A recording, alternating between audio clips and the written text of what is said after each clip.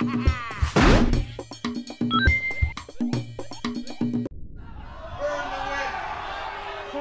hail, the wind that blows. Hail, hail, the fire glows. Hail, hail, the water flows. Hail, hail, the earth that grows. Hail, hail, the spirit knows.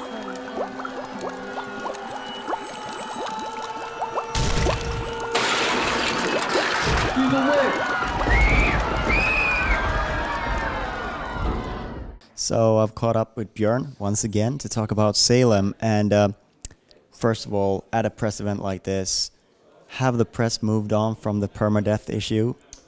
Some of them have. We talk to a lot of people at an event like this, obviously, so there's always new people who haven't really heard what the game is about, and they are obviously, permadeath is a thing that kind of leaps out at you and that people want to talk about, but a lot of people have other questions as well, so there's definitely a broad interest in the game, I'd say. There's a Salem beyond death. There's indeed a Salem very much beyond death. It's a deep game, and permadeath is really only a part of it. So there's a lot of things you can do, and apart from dying. And really the objective of the game is to sort of avoid that. You wanna live, you wanna create a life, you wanna make a contribution, perhaps. Yeah, definitely. I mean, I would say that 90% of the game is entirely peaceful Harvest Moon type gameplay, where you develop your little settlement and farm crops and hunt for wild animals and tan hides and what you do. And so yeah, 90% of the game is peaceful. So one area that I got to see for the first time, I think, here today was the skill areas and how you sort of progress your skills and how you develop your character. Could you go into some detail and explain just how that works? Mm-hmm. That was something that kind of came out of our alpha testing when we started our alpha server. We kind of noticed that players were not having quite as much fun with the character development system that we originally had in the game. So we decided to twist it around a bit and change it. And what we have now is a system where you need to consume a certain type of items that we call inspirationals, which basically give you points along a couple of different dimensions, and acquiring the correct amount and combinations of such points allow you to purchase skills, basically. And the skills still fill the same function as they always have, namely to unlock new crafts and builds for your characters. So that's one thing that we have changed, and also one thing that has been a huge boon for the in-game economy, as it puts a much bigger drain on in-game resources in terms of players actually needing more in-game resources to advance and have a good time. And one of the nice things about that is that probably a player is motivated by skills. You want a certain skill, and then you can see exactly what you need to raise, what parameters you need to raise in order to buy that skill, and it sort of makes everything more clear to the player. Yeah, absolutely. I think it helps a lot with just the understanding of the natural progression of like what skill, because now we have better opportunities also to kind of present text in relation to the skills and allow them to kind of present what they actually do for the players and why you would want them. And so I think the natural goals that the players has, which is always to acquire like stuff that he hasn't had before, or new skills or new abilities, I think a lot of the personal goal setting has become a lot easier with the new skill system that we have now. So I'm very happy about that. So you mentioned that that's something that came out of alpha testing. Were there any other lessons that you learned through that has changed the game? Lots of other lessons, big and small. I'd say it's always much more fun to be developing a game when you're not developing it in a complete vacuum. It's always a lot more fun when you are developing towards actual players who are going to come in and actually play with the systems. Because obviously when we develop them from a very theoretical perspective, so it's always nice and a big change to see it actually in action.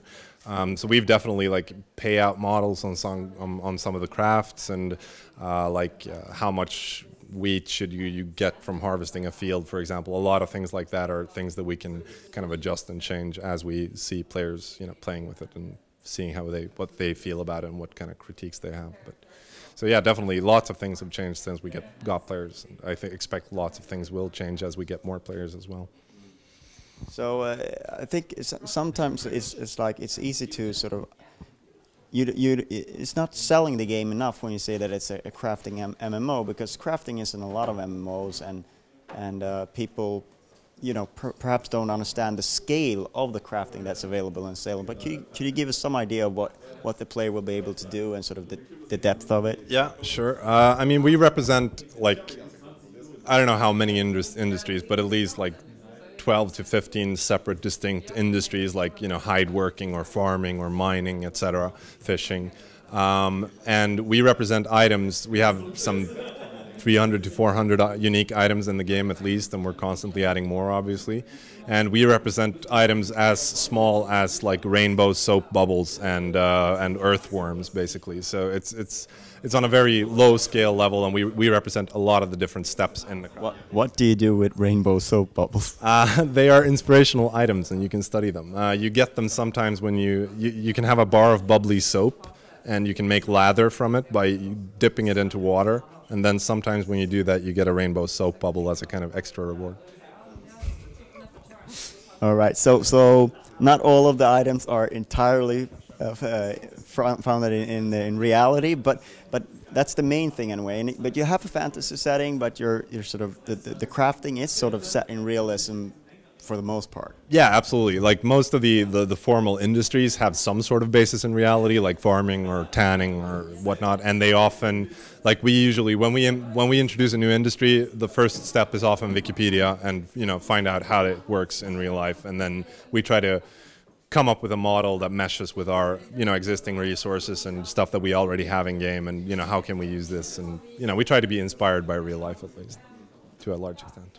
You mentioned the inspirational items, and I think you are now revealing how the economy or the financial side of the business side of the game is going to work, because that's always a question on a free-to-play online game. But you are going to have a trading company that basically will sell certain items to the players. Yep. Among these are the inspirational items. Is that something of a problem, perhaps, allowing players to buy something that actually in reality levels them up? Yeah. I think it's a balance issue. One thing that we try to avoid is, it's worth noticing that when the company sells inspirational items, it sells inspirational items that are limited in some ways. You can't use them to level up arbitrarily. You can only use them to level up along certain dimensions. But I think the general point there is one of balance, and also one of, we try to avoid selling direct power. We don't want players to be able to buy power, like so that it's effectively a pay-to-win game. We don't want that. But what we try to sell mostly are like consumables that make life a bit easier for you, and also like convenience items like shovels and backpacks and things that generally help you out but are that cannot replace actual time spent playing. We actually it's interesting about the inspirationals as well to notice that they are not a replacement for actually playing the game. You still need food in order to level your character. You still need other resources in order to really take advantage of them.